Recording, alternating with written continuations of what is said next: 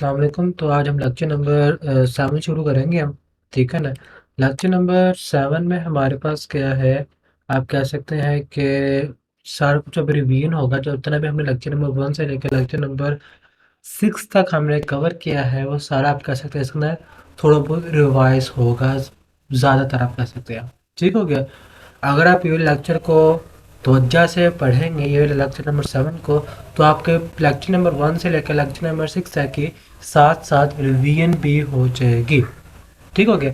तो वीडियो को एंड तक देखिए रहेगा, ठीक है, लाजमी। और अगर आपको वीडियो अच्छी लगी हो तो लाजमी उसको लाइक करेंगे, सब्सक्राइब करें और उसको सब्सक्राइब शेयर करें उसको। ठीक हो गया? अब यहाँ पे हमारे पास भी क्लास आ गई।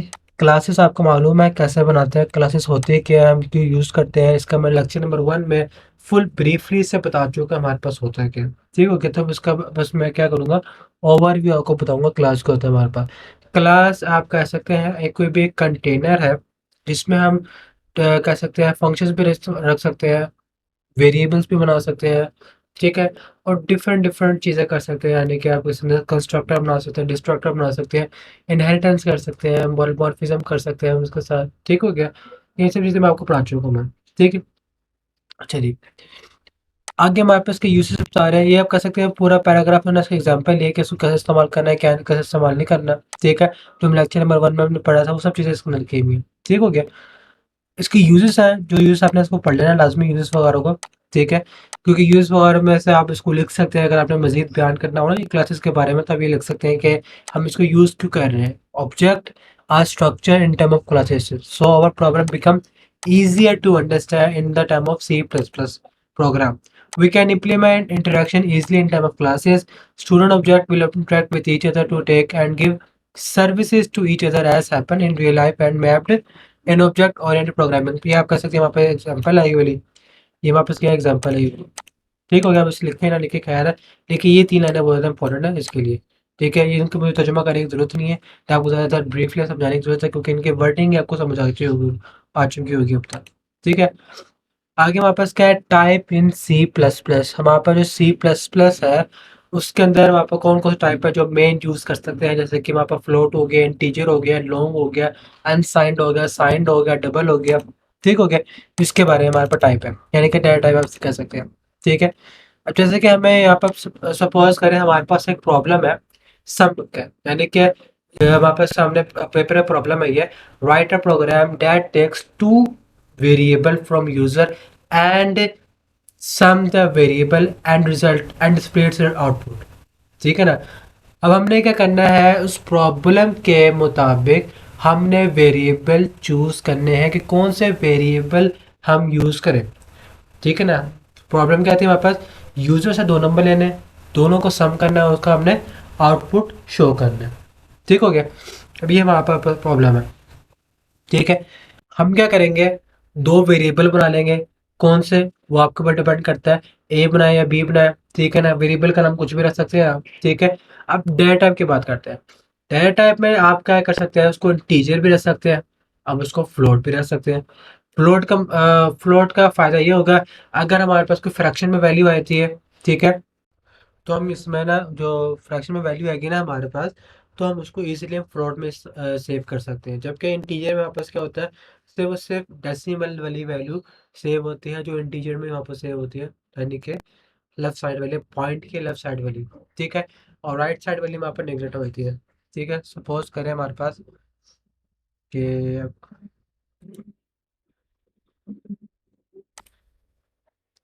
यहाँ पर लिखा हुआ है हमारे पास 3.56 लिखा हुआ है हमारे पास वैल्यू, तो वहाँ पर इंटीजर में सिर्फ ये वाली वैल्यू आएगी इंटीजर में, जबकि फ्लोट में क्या होगा, वहाँ पर ये सारी की सारी वैल्यू आ जाएगी। ठीक हो गया? इसका ये फ़ायदा होता है। ठीक है? अच्छा जी। आगे हमारे पास इन्होंने यहाँ पे एग्जांपल दी हुई है कि हमारे पास स्टूडेंट की डिटेल है आपके पास। आपने स्टूडेंट की डिटेल जो है ना, उसका खुद ही पहचानना है कि इसके साथ कौन से डाटा बनेंगे, कौन कौन से वेरिएबल बनेंगे। स्टूडेंट की कैरेक्टरिस्टिक का मतलब क्या होता है, हमारे पास एट्रीब्यूट्स। ठीक है ना? हमारे पास क्या है, उसका नेम है, एज है। बिहेवियर क्या है, बिहेवियर का मतलब क्या है, जो उसके फंक्शंस बनेंगे, कि जो ये वर्किंग करेगा। ठीक हो गया? अब यहाँ पे देखें, यहाँ पर साथ साथ इसके कोड भी बना के दिया हुआ है, प्रोग्राम भी बना के दिया हुआ है, वैसे ही ना इसका कि ये हमारे पास जो उन्होंने डिटेल दी हुई है वाली, इसका आपने कैसे प्रोग्राम बनाना है, ठीक है। पर्सन क्लास कौन सी बनाई हुई है, पर्सन, ठीक है ना। अब इन्होंने एक यूनिवर्सल क्लास बनाई हुई है, पर्सन। अब यहाँ पर क्लास अली नहीं लिखा हुआ, क्लास अली नहीं लिखा हुआ यहाँ पर। अगर क्लास अली लिखते हैं तो ये क्लास सिर्फ और सिर्फ किसके लिए इस्तेमाल होती है, सिर्फ और सिर्फ अली नामी शख्स के लिए। अगर मैं यहाँ पे लिखता पर्सन, पर्सन का मतलब कि यहाँ पे कोई भी पर्सन आ सकता है, ठीक है ना। जरिए पता है, हर हर कोई खाता है, हर कोई पीता है, ठीक हो गया, हर कोई चलता है, ठीक हो गया। हर किसी का नाम है, हर किसी का एज है, ठीक है। इसका मतलब कि ये क्लास हमारे पे कौन सी बन गई है, ये यूनिवर्सल क्लास बन गई, जिसके जो मैं हर किसी पर्सन के लिए इस्तेमाल कर सकता हूँ। कैसे, यहाँ पर करेक्टर में क्या आ गया, नेम आ गया, एज आ गया। ये दोनों किस में सेव हो गया हमारे पास, प्राइवेट के अंदर सेव हो गए हैं, प्राइवेट एसेस मॉडिफायर के अंदर सेव हो गए हैं, ठीक हो गया। अब यहाँ पर देखें पब्लिक, हमारे पास यहाँ पर क्या है, पब्लिक, ठीक हो गया। पब्लिक के अंदर हमारे पास क्या पर्सन है, ठीक है। आप कह सकते हैं पर्सन, ये हमारे पास कंस्ट्रक्टर बना हुआ है, यहाँ पे देख रहे हैं, ये हमारे पास क्या है, पर्सन क्लास, और ये कंस्ट्रक्टर। कंस्ट्रक्टर मैंने अभी इतना डीपली बताया नहीं कंस्ट्रक्टर होता क्या है, क्योंकि मैंने सिर्फ CS201 की असाइनमेंट के अंदर मैंने ये चीज़ें बताई थी, कंस्ट्रक्टर डिस्ट्रक्टर वगैरह। अब जो न्यू स्टूडेंट आए CS304 के अंदर, जिन्होंने आपका से असाइनमेंट्स वगैरह डाउनलोड करके थोड़ा बहुत एडिटिंग करके सबमिट करवा दिए, वो थोड़ा बहुत कंफ्यूज हो रहे होंगे यहाँ पर, ठीक हो गया। घबराने की जरूरत नहीं है, आगे आ जाएगा कंस्ट्रक्टर डिस्ट्रक्टर के बारे में, हम उसके बारे में बात कर लेंगे। वैसे शायद मैंने बताया, वो मैंने पिछले लेक्चर में, मुझे याद नहीं है, ठीक है। कंस्ट्रक्टर आपको थोड़ा बहुत बताया होता है, वहाँ पर क्या होता है, कंस्ट्रक्टर जब आप इसको ऑब्जेक्ट बनाते हैं ना, पर्सन का ऑब्जेक्ट बनाते हैं, तो उस टाइम पे वहाँ पर ये वाला फंक्शन जो है ना, पर्सन नाम का फंक्शन, वो एक्टिवेट हो जाता है, ऑटोमेटिकली एक्टिवेट हो जाता है, ठीक है ना।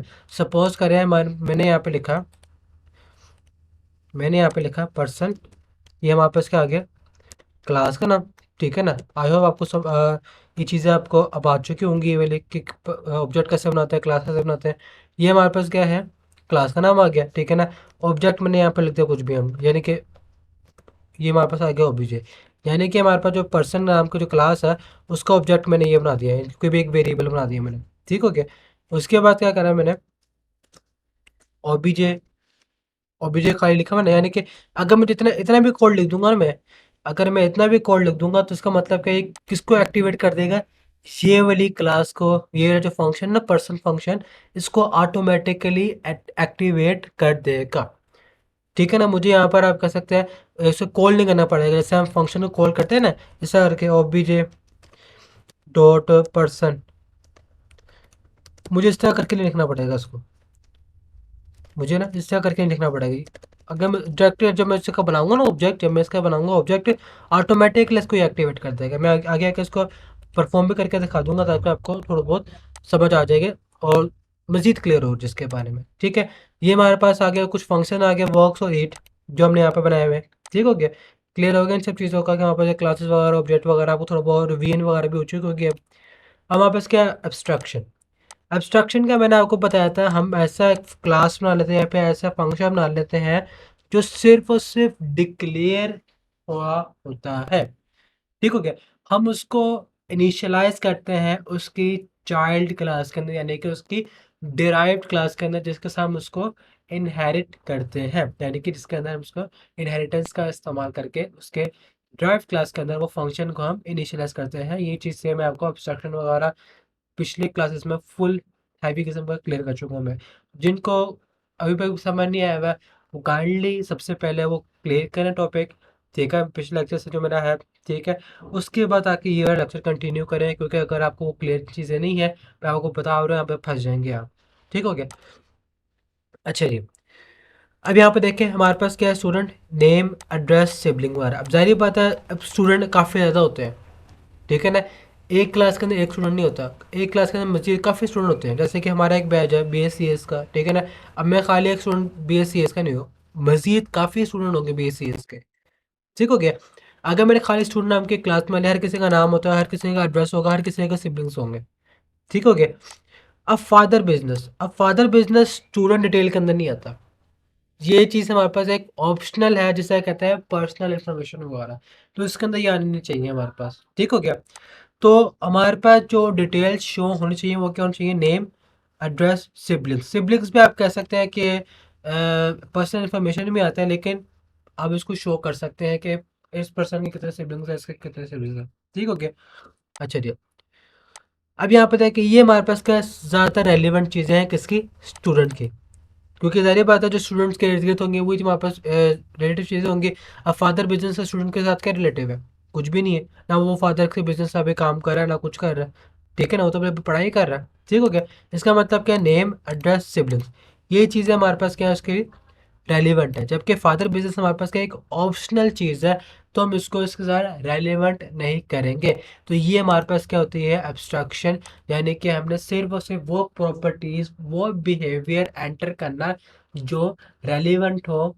ठीक हो गया, क्लियर हो गया। अच्छा जी, और सेकंड चीज़ एब्स्ट्रैक्शन का हमारे पास क्या होता है, शायद उन्होंने आगे इस्तेमाल बना के दिखाया प्रोग्राम।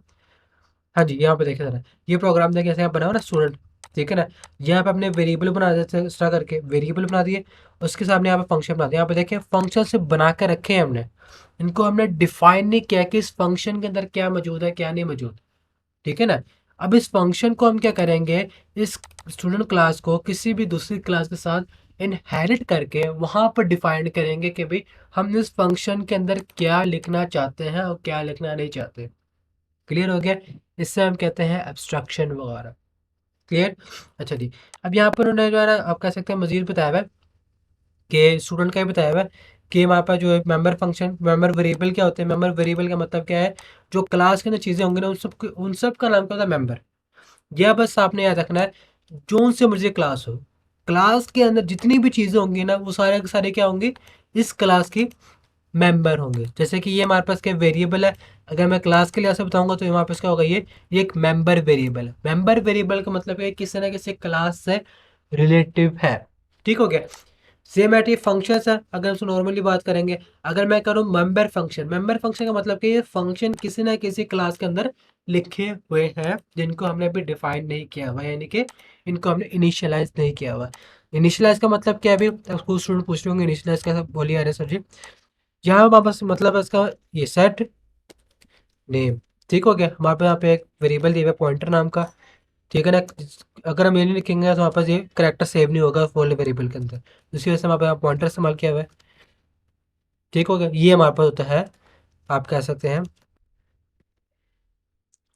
डिफाइनेशन, यानी कि यहाँ पे अगर मैं लिख दूंगा, मैं मिसाल के तौर पर दिस दिस दिस का मतलब क्या होगा, जो क्लास के अंदर वहाँ पर वेरिएबल लिखा होगा कौन सा वाला, सेट नेम, ये नेम लिखा है वहाँ पर, ठीक है ना, नेम। ठीक हो गया। यहाँ पर इज इक्वल टू जो भी ऊपर से नेम आ रहा है वहाँ पर कौन सा, न्यू नेम। ठीक है ना। इसका मतलब होता है हमारे पास फंक्शन को सेट करना, यानी कि फंक्शन को डिफाइन करना। ठीक हो गया। यहाँ पे देखिए सिर्फ सिर्फ फंक्शन डिक्लेयर है, इसका मतलब क्या डिक्लेरेशन, और इसका मतलब क्या हमारे पास इनिशियलाइजेशन। क्लियर हो गया। इनिशियलाइजेशन यहाँ पे डेफिनेशन यहाँ पे डिफाइन करना है इसको। ठीक है। Member function, why member function, member function यहाँ पे क्यों इस्तेमाल कर रहे हैं भाई, डिपेंड करता है हमारे पास कि हमने जो यहाँ पर वर्किंग क्या करना है। सपोज कर रहा है हमारे पास ये वेरिएबल के सारे के सारे प्राइवेट है। अब जाहिर बात है मैं इसको बाहर से एसेस नहीं कर सकता, मैं इसको जो है बाहर से एसेस नहीं कर सकता। शायद मैंने ये पिछले क्लास में वाला प्रोग्राम बना के भी दिखाया था कि मैंने प्राइवेट वेरिएबल बनाए थे, सेटर बनाए थे, सेटर फंक्शन गेटर फंक्शन बनाए थे। ये वो वाला केस है। ठीक है ना। मैंने यहाँ पे क्या किया, यहाँ पे प्राइवेट वेरिएबल बना दिए। ठीक है ना। प्राइवेट वेरिएबल बनाने के बाद, ठीक है ना, यहाँ पे ये फंक्शन बना लिया सेटर के। ठीक है ना। यहाँ पे देख set name set roll number, इसका मतलब कि सेट नेम हमारे पास किसको सेट करेगा, ये नेम को वेरिएबल क्या सेट करेगा, सेट रोल नंबर को सेट करेगा, हमारे पास ये रोल नंबर को सेट करेगा। ठीक हो गया, क्लियर हो गया। अच्छा जी, आगे हमारे पास बता रही है देखे ना, ये इनके एग्जांपल आगे ऊपर वाले की हमारे पास एरर क्या आएगा। एरर ये है कि हमारे पास अगर मैं आप लिखेंगे ना स्टूडेंट ए स्टूडेंट, ये ऑब्जेक्ट बनाया हुआ है इसने आ स्टूडेंट। ठीक है। A student dot roll number equal 514। ठीक हो गया। ये हमारे पास करेक्ट है। करेक्ट क्यों अभी, क्योंकि यहाँ पर आप कह सकते हैं फंक्शन के अंदर हम जो है आप कह सकते हैं कि कंडीशन लगा सकते हैं कि यहाँ पर सिर्फ पॉजिटिव नंबर आएगा, नेगेटिव नंबर नहीं आएगा। अगर यहाँ पे इसके अंदर नेगेटिव नंबर आ गया, ठीक है, तो फिर हमारे पास वो इसको एरर के अंदर तब्दील कर देगा। ठीक हो गया। जैसे कि हम मुझे यहाँ पर डाटा मिल सकता है साइन नंबर, जो से पॉजिटिव नंबर गेट करेगा, नेगेटिव नंबर नहीं गेट करेगा। ठीक हो गया। Object and classes, object and classes वही दोबारा दोबारा रिपीट हो रही है, ऑब्जेक्ट क्या होता है, क्लासेस क्या होती हैं, ठीक है। अच्छा जी, यहाँ पे देखे तो ऐसे वहाँ पे बना हुआ है डॉट ऑपरेटर। डॉट का मतलब क्या है हमारे पास, ये किसी ना किसी ऑब्जेक्ट के साथ इस्तेमाल होता है। ये देखें ना, ये चीज़ बहुत ज़्यादा इंपॉर्टेंट चीज़ है जो अक्सर एमसीक्यूज वगैरह में भी आ जाती है, वो ये चीज़ है हमारे पास। क्या चीज़ है वहाँ पे, ये चीज़। अगर हम अपने ऑब्जेक्ट को एज अ पॉइंटर इस्तेमाल करेंगे, दोबारा रिपीट करो अपने वर्ड्स में, अगर हम अपने ऑब्जेक्ट को एज अ पॉइंटर इस्तेमाल करेंगे तो हम उसके मेंबर्स को कॉल करने के लिए कौन सा ऑपरेशन इस्तेमाल करेंगे, ये वाला एरो ऑपरेटर। ठीक है, ये मेरे ख्याल से लेक्चर नंबर 6 में मैंने बताया था पॉलीमॉर्फिज्म में, जब मैंने लेट बाइंडिंग का कॉन्सेप्ट आपको समझाया था वर्चुअल फंक्शन के साथ, ठीक है ना। तो उसमें हमने ये वाला इस्तेमाल किया था, ये चीज़, एरो ऑपरेटर। ठीक हो गया। एरो ऑपरेटर किस में इस्तेमाल किया था, पॉइंटर के साथ। अगर हमारे पास पॉइंटर ऑब्जेक्ट नहीं है तो हम क्या इस्तेमाल करेंगे, डॉट इस्तेमाल करेंगे। क्लियर। अच्छा जी, यहाँ पे लिखा हुआ, it is against the principle of move to access the data member directly using the object as we have done above. This code is given for example only we should write accessor function setter and getter whenever we want to access the member of the class. काफी ज्यादा important line लिखी हुई है, इसको गौर कीजिएगा। उन्होंने क्या है भी कि ये जो ऊपर एग्जांपल बताए हुए ना, ये वाले कि वेरिएबल इस्तेमाल किया हुआ है, roll number is equal to 5, यानी कि जो क्लास के अंदर मेंबर वेरिएबल बना हुआ है उसको आपने डायरेक्टली सेट कर रहे हो बाहर से, तो ये हमारे पास के ऊप के प्रिंसिपल के अगेंस्ट है। अगर आपने ऐसा करना है तो क्या बनाएंगे हम इसके लिए, सेटर फंक्शन और गेटर फंक्शन। जैसे हमने ऊपर ये प्रोग्राम देखा ना, ये वाला प्रोग्राम, यहाँ पे सारे प्राइवेट बने हुए हैं ये वाले, ठीक है। हम इसको सेट करने के लिए वेरिएबल को अंदर कुछ ना कुछ वैल्यू सेव करने के लिए हम क्या बनाएंगे, हम यहाँ पर फंक्शंस बनाएंगे इनको सेट करने के लिए, ठीक है ना। ये बहुत ज़्यादा इंपॉर्टेंट प्रिंसिपल है, ये आपको बता दो। ये आगे आके हम, क्योंकि मैं तो काम करता रहता हूँ ना मैं, ठीक है ना। ये हम इस तरह काम करते होते हैं, क्योंकि वरना अगर हम इस तरह काम नहीं करेंगे ना, तो कोई एरर अगर आपसे कहते हैं ना, हैकर वगैरह हमारे वेरिएबल सेट कर सकते हैं। ठीक हो गया। तो ये मसला होता है, तो इसी वजह से हम क्या कहते हैं, फंक्शंस के जरिए काम करते होते हैं। फंक्शंस का फायदा क्या होता है, हम उसके अंदर उसके चेकिंग वगैरह कर सकते हैं कि इस वेरिएबल के अंदर वापस कौन सी वैल्यू आ रही है, क्या हमारे पास वैल्यू हमारे रिजनेबल वैल्यू आ रही है या नहीं आ रही वहाँ पे वैल्यू, यानी कि जो से हमें वैल्यू चाहिए क्या वही आ रही है वैल्यू या नहीं। जैसे कि ऊपर एग्जाम्पल बताई हुई थी 514 की, ठीक है ना। पॉजिटिव 514 आना चाहिए यहाँ पे, पॉजिटिव कोई भी पॉजिटिव वैल्यू आ जाए, ठीक है, लेकिन नेगेटिव वैल्यू ना आए। तो ये कैसे वापस बनेगा, किसी ना किसी फंक्शन के अंदर हम कंडीशन लगाएंगे कि वहाँ पे इस वेरिएबल के अंदर सिर्फ और सिर्फ पॉजिटिव वैल्यू ही आएगी, नेगेटिव वैल्यू नहीं आएगी, ठीक है ना। फंक्शंस का ये फायदा होता है बनाने का, कि फंक्शन के जरिए किसी भी वेरिएबल को अगर हम सेट करेंगे तो उसका ये फायदा होता है। क्लियर। जैसे कि यहाँ पे उन्होंने एग्जाम्पल दी हुई है, स्टूडेंट, यहाँ पे एक वेरिएबल बना दिया, ठीक है ना, यहाँ पे बनाया सेट रोल नंबर, ठीक है। स्टूडेंट का ऑब्जेक्ट बना दिया, ठीक है ना। उसके बाद यह फंक्शन कॉल कर दिया सेट रोल नंबर, यहाँ पर पैरामीटर पास कर दिया 5, या फिर इसको आर्गुमेंट में बोलते होते हैं वैसे हम। 5 पास कर दिया, वो कहाँ पे आगे सेव हो जाएगा, इस रोल नंबर के अंदर आगे सेव हो जाएगा, ठीक है। यहाँ पे अगर आप इसको एज एन पॉइंटर इस्तेमाल करेंगे, तो पॉइंटर में क्या होगा, वहाँ पे ऐसा करके इस्तेमाल करेंगे हम, स्टूडेंट पॉइंटर, आगे हम इसका ऑब्जेक्ट को इसका रेफरेंस बना देंगे। जो हमारे पास इसका ऑब्जेक्ट है ना, जो ऊपर स्टूडेंट क्लास का ऑब्जेक्ट है, वो क्या करेंगे, हम उसको इस पॉइंटर नाम के ऑब्जेक्ट के अंदर सेव कर देंगे, रेफरेंस के तौर पर सेव कर देंगे। आपको अगर आपको पॉइंटर का कॉन्सेप्ट क्लियर होगा ना, तो उनको समझ आ गया होगा कि पॉइंटर के अंदर ना रेफरेंस को सेव किया हमने, ठीक है। उसके बाद हमने क्या किया, यहाँ पर इस एरो ऑपरेटर का इस्तेमाल किया ताकि हम इसके फंक्शन, इस मेंबर फंक्शन को इस्तेमाल कर सकें। अब यहाँ पर सोच रहे होंगे थोड़ा सर जी, आप रेफरेंस के भी बता दें। रेफरेंस का बता देते हो, अगर हमने पॉइंटर कोई ना कोई इस्तेमाल किया ना, कोई भी एक पॉइंटर बनाया है हमने, ठीक है ना, तो उसके साथ हमने उसके अंदर कुछ ना कुछ रेफरेंस सेव करना होता है, नहीं कोई ना कोई एड्रेस सेव करना होता है। सपोज करें हमारे पास का ये बना हुआ है स्टूडेंट, पहले क्या यहाँ पर बना हुआ है क्लास, इसका ये पॉइंटर ऑब्जेक्ट बना हुआ है। ये कौन सा बना हुआ ऑब्जेक्ट, पॉइंटर ऑब्जेक्ट। अब इसके अंदर कुछ ना कुछ रेफरेंस सेव करना है, रेफरेंस कैसे सेव करेंगे हम, ठीक है ना। ये हमारे पास क्या है, इसी का अपना ऑब्जेक्ट है, न्यू स्टूडेंट। न्यू कीवर्ड ज़्यादा इस्तेमाल किया जाता है वहाँ पर रेफरेंसेस के लिए, या फिर किसी न किसी ऑब्जेक्ट के साथ, ठीक है ना। न्यू बकायदा खुद एक ऑब्जेक्ट है हमारे पास, ठीक हो गया। एसएस मॉडिफायर आपको मालूम है, पब्लिक प्राइवेट प्रोटेक्टेड। मैं आप सब चीज़ें बता चुका, पब्लिक प्राइवेट प्रोटेक्टेड शुरू में बता दिया था मैंने, ये दोबारा रिपीट करें तो हमारे पास क्या है, पब्लिक जो होता है ऐसा फंक्शन होता है, फिर ऐसा कीवर्ड होता है जो कहीं पे भी एक्सेस हो सकता है, चाइल्ड क्लास की भी एक्सेस हो सकता है, बाहरी भी एक्सेस हो सकता है ऑब्जेक्ट के साथ, प्राइवेट सिर्फ और सिर्फ अपनी क्लास में सक्सेस होगा। प्रोटेक्टेड अपनी क्लास और साथ साथ जो उसका इनहेरिट हुई हुई की क्लास उसके अंदर इस्तेमाल किया जा सकता है हमारे पास। ठीक हो गया। जैसे कि यहाँ पे पब्लिक के प्राइवेट पब्लिक के साथ इस्तेमाल हुआ है, ठीक है ना। ये प्राइवेट वेरिएबल बने हुए हैं, ये वहाँ पे कौन से बने हुए, पब्लिक फंक्शंस बने हुए हैं वहाँ पे। ठीक हो गया। ये नाम बने हुए हैं वापस, ठीक है ना। ये आप कर सकते हैं, यहाँ पे क्लास बनी हुई है स्टूडेंट की, ठीक है।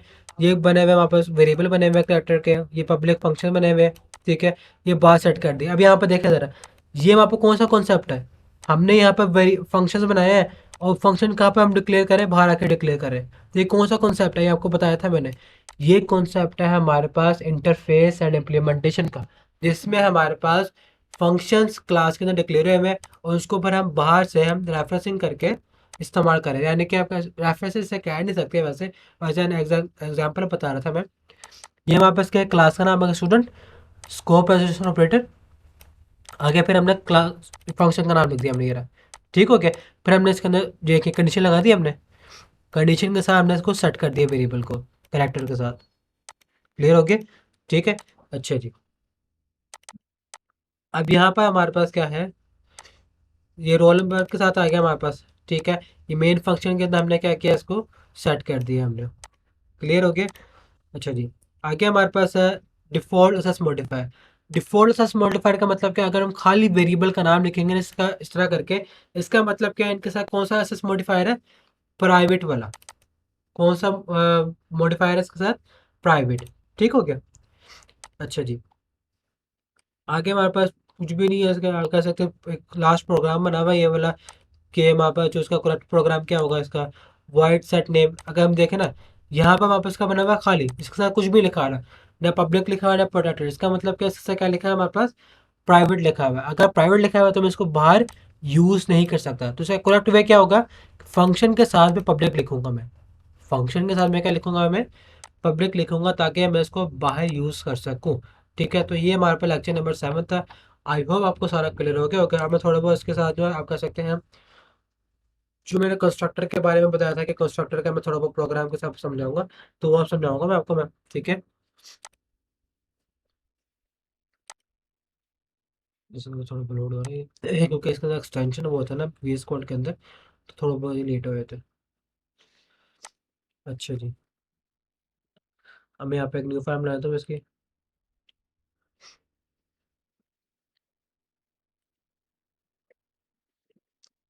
7.cpp। ठीक हो गया।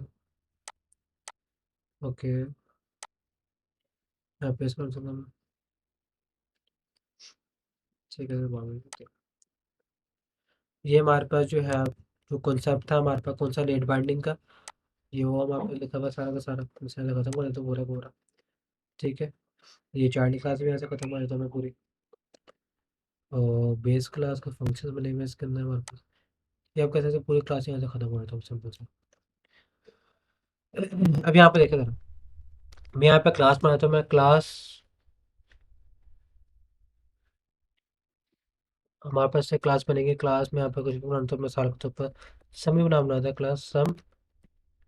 ठीक है। और इसके सामने ये लग दिया मैंने। ठीक हो गया। अब मैं क्या करूँगा, यहाँ पर हमारे पास क्लास का नाम क्या है, सम है, ठीक है ना।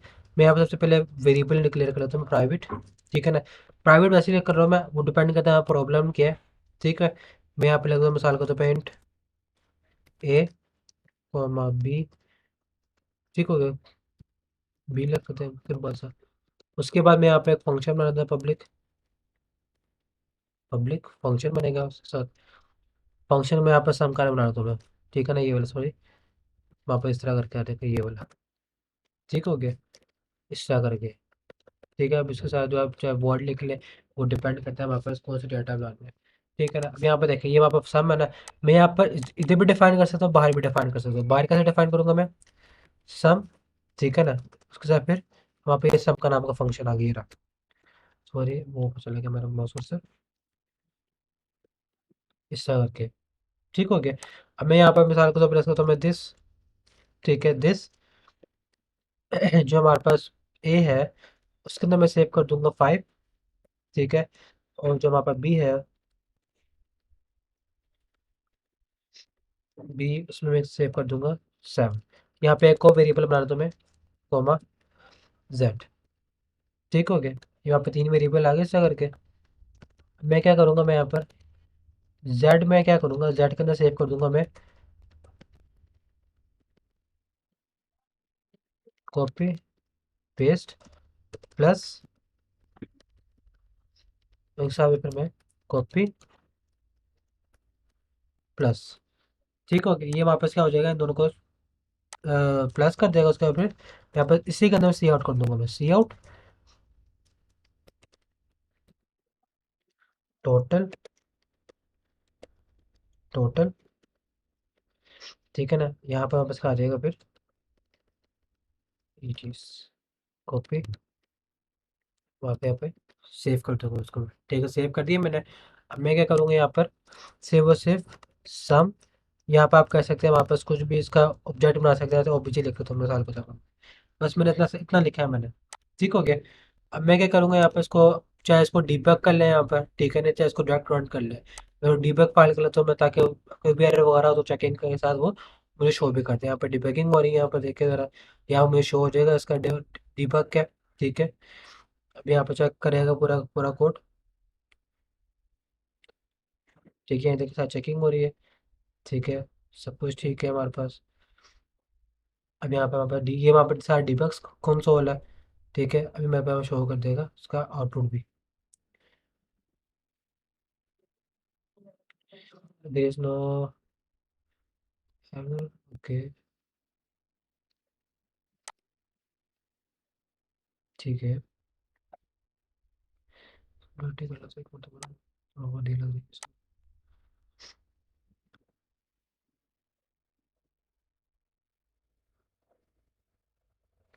ठीक है ना, वापस आ गया टोटल यहाँ पर 12। ठीक है, थोड़ा बहुत यहाँ पे मैं डिसीजन ले लेता हूँ मैं।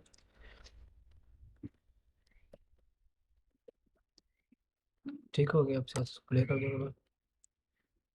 ये आ गया टोटल 12 आ गया वापस। ठीक है, अब यहाँ पर देख कैसे वैसे मैंने इसका ऑब्जेक्ट बनाया है। ऑब्जेक्ट बनाया, उसने डायरेक्ट क्या कर दिया है, हमारे ये वाले फंक्शन को भी कॉल कर दिया डायरेक्ट। ये हमारे पास क्या होता है, कंस्ट्रक्टर। ठीक है, यहाँ पर मैं लिख भी देता हूँ साथ में, यहाँ पर मैं ना ई एन डी एल। ठीक हो गया, यहाँ पर लिख दूंगा अपना,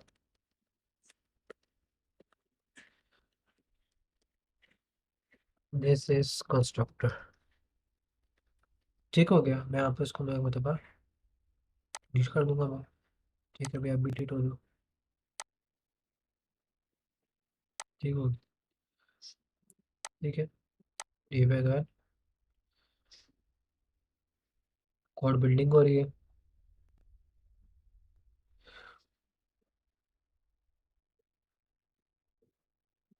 ठीक है,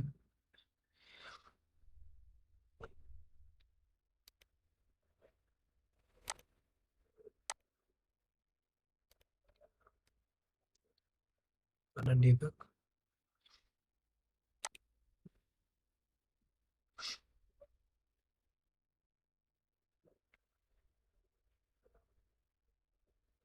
ठीक हो गई, यानी कि वो ये एक्सटेंशन का मसला आ रहा है, तभी आ रहा है सर। यहाँ पे प्रैक्टिस रन कोड कर,